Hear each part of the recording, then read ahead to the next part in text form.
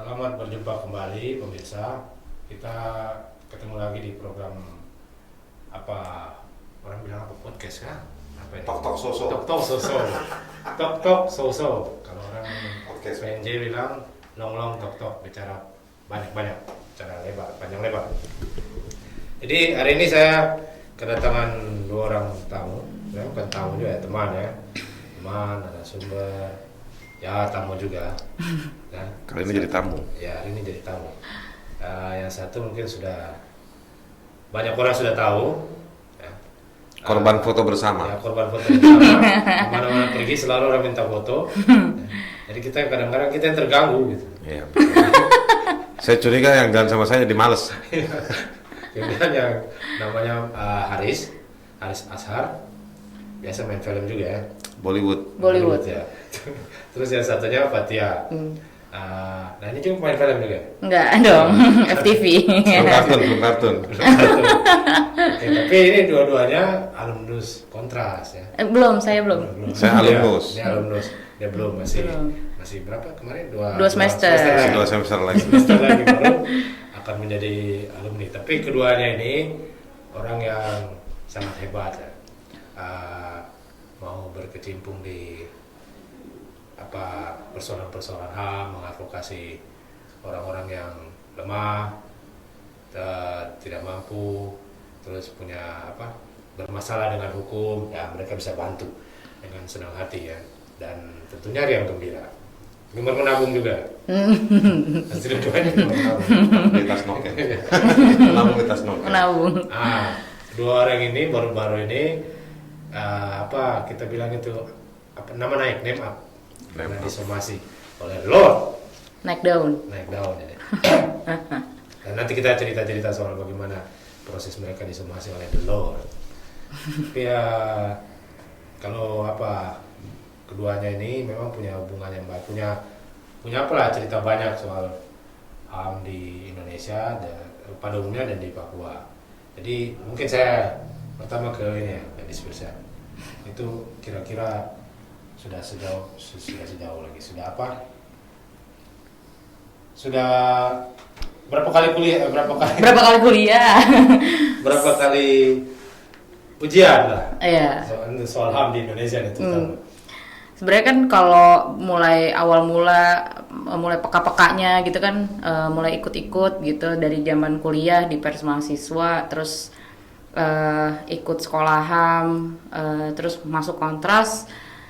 Di dulu mungkin situasinya memang banyak ya yang dikawal oleh Kontras gitu, dan ternyata semakin kesini kan generasi pembela HAM ini kan makin muda gitu, makin pada muda, dan ternyata muda dan muda. Dan ternyata ketika anak-anak muda ini punya kepekaan yang tinggi, tapi juga dihadapkan dengan situasi yang sebenarnya sama aja kayak sebelum reformasi gitu.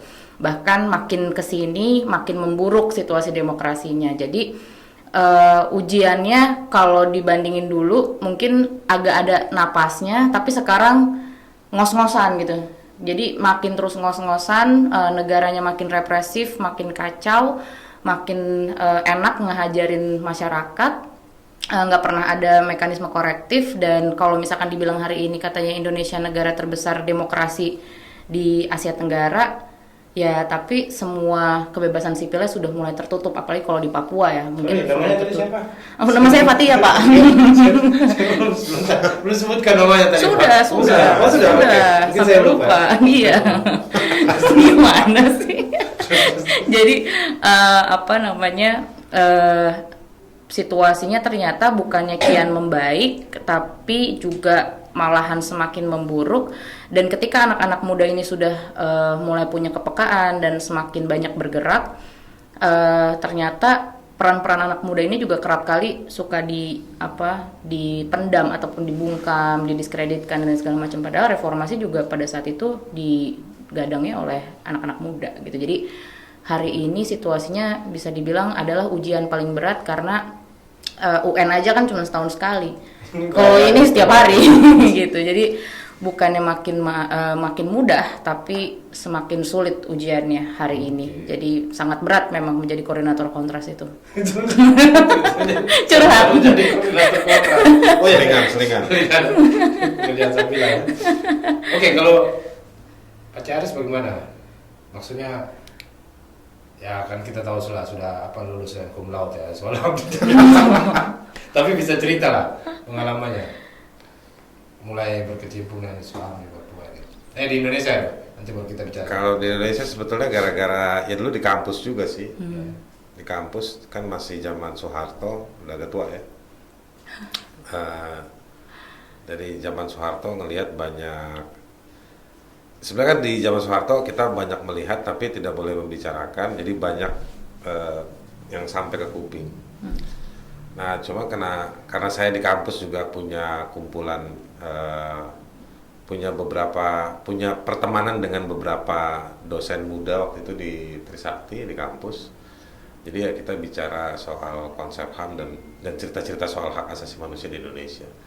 Yang waktu itu mulai masuk ke tahun 97, 98 yang memang situasinya makin lama makin seru, panas, memburuk, dan pecahnya itu di tahun 98 itu lama.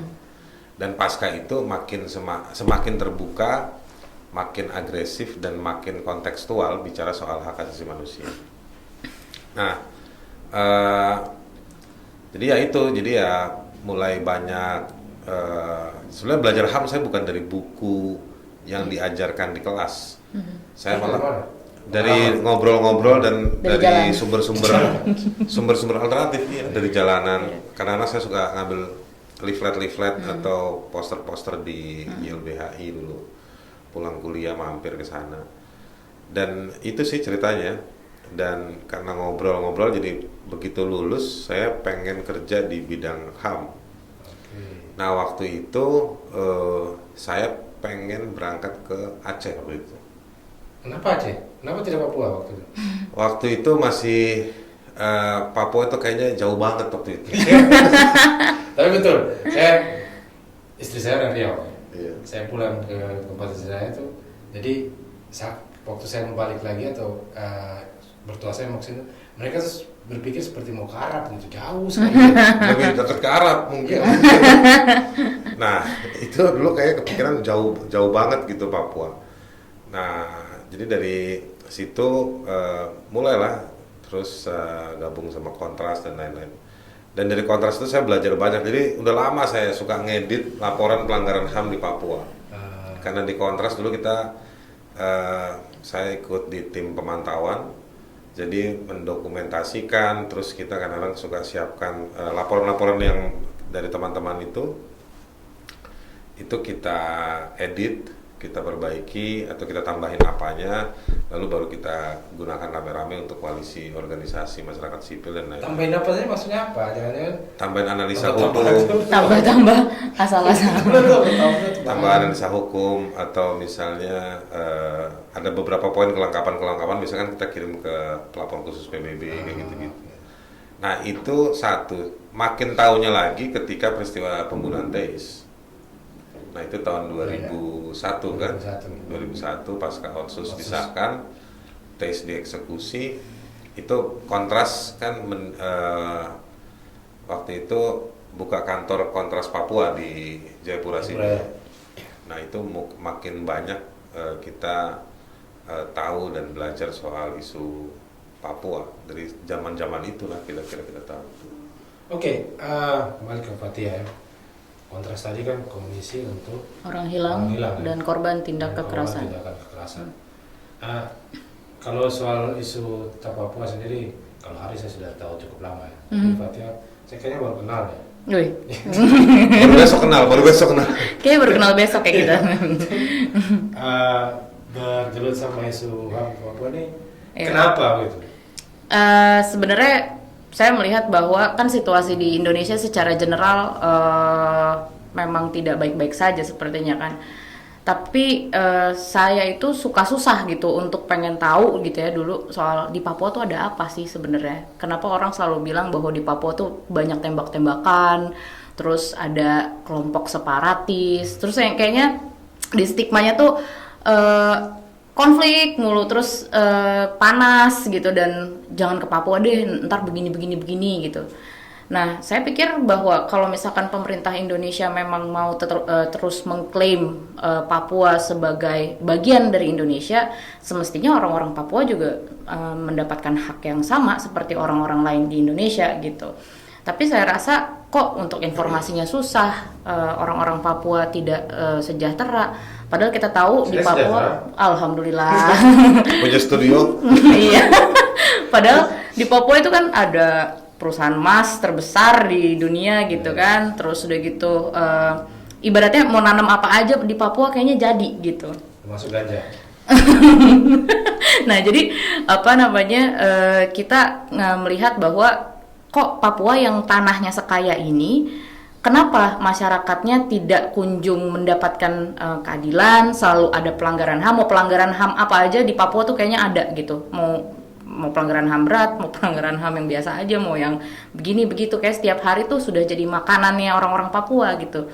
Tapi nggak banyak orang Indonesia tahu soal itu gitu, dan selalu dianggapnya kalau kita ngomongin soal isu Papua berarti kita pro separatis, padahal bukan itu esensinya gitu. Dan harusnya ada sebuah akar persoalan yang diambil dari situ. Kenapa harus bisa ada klaim Papua merdeka, dan itu harusnya menjadi sebuah pukulan bagi pemimpin negara. Hati-hati ngomong itu. Kena lagi nanti kita. Oke. Berikutnya ini ini kan baru-baru kalian berdua masuk masih. Iya. Jadi somasi. Itu kan sebenarnya ada berapa ya saya? Ada 10 ya. 9 ya. Melakukan sebuah kajian, terus kalian pada saat itu yang apa orang bilang mengamplifiernya, jadi menyuarakan lagi ya. Nah, kalau saya boleh tahu kenapa, harusnya kan 9 organisasi kalau mau disomasi atau apa, tapi kenapa kalian malah somasi? Padahal kalian cuma menyampaikan itu. Dan yang somasi siapa sih? Yang somasi namanya Luhut Binsar Panjaitan. Oke. Jabatannya Menko, Menteri Koordinator Maritim dan Investasi. Sabar dulu, ini saya pernah dengar dia menteri ini koordinator vaksin COVID. Betul. Dia Palu Gada kakak. Dia apa juga aja ketua tim percepatan pembangunan kereta cepat Jakarta Bandung. Iya. Terus jadi semua ya, ada koordinator segala ya? Ada. Ya nggak semuanya, tapi semuanya ada dia. Oke. Apa bedanya? Oke, baik. Sekarang saya sebenarnya ingin tahu kenapa kalian disomasi. Disomasi karena kita bikin video YouTube di membahas tentang satu laporan diterbitkan oleh Kontras dan 8 organisasi lainnya, ada Pusaka, YLBH, Ijatam dan lain-lain. Nah, di laporan itu dibahas soal bagaimana keterkaitan operasi militer dengan operasi bisnis. Jadi ada dugaan keterkaitan operasi militer mengamankan praktek bisnis pertambangan itu. Dan ternyata bisnis pertambangan itu di dalamnya ada sejumlah nama-nama purnawirawan TNI Polri.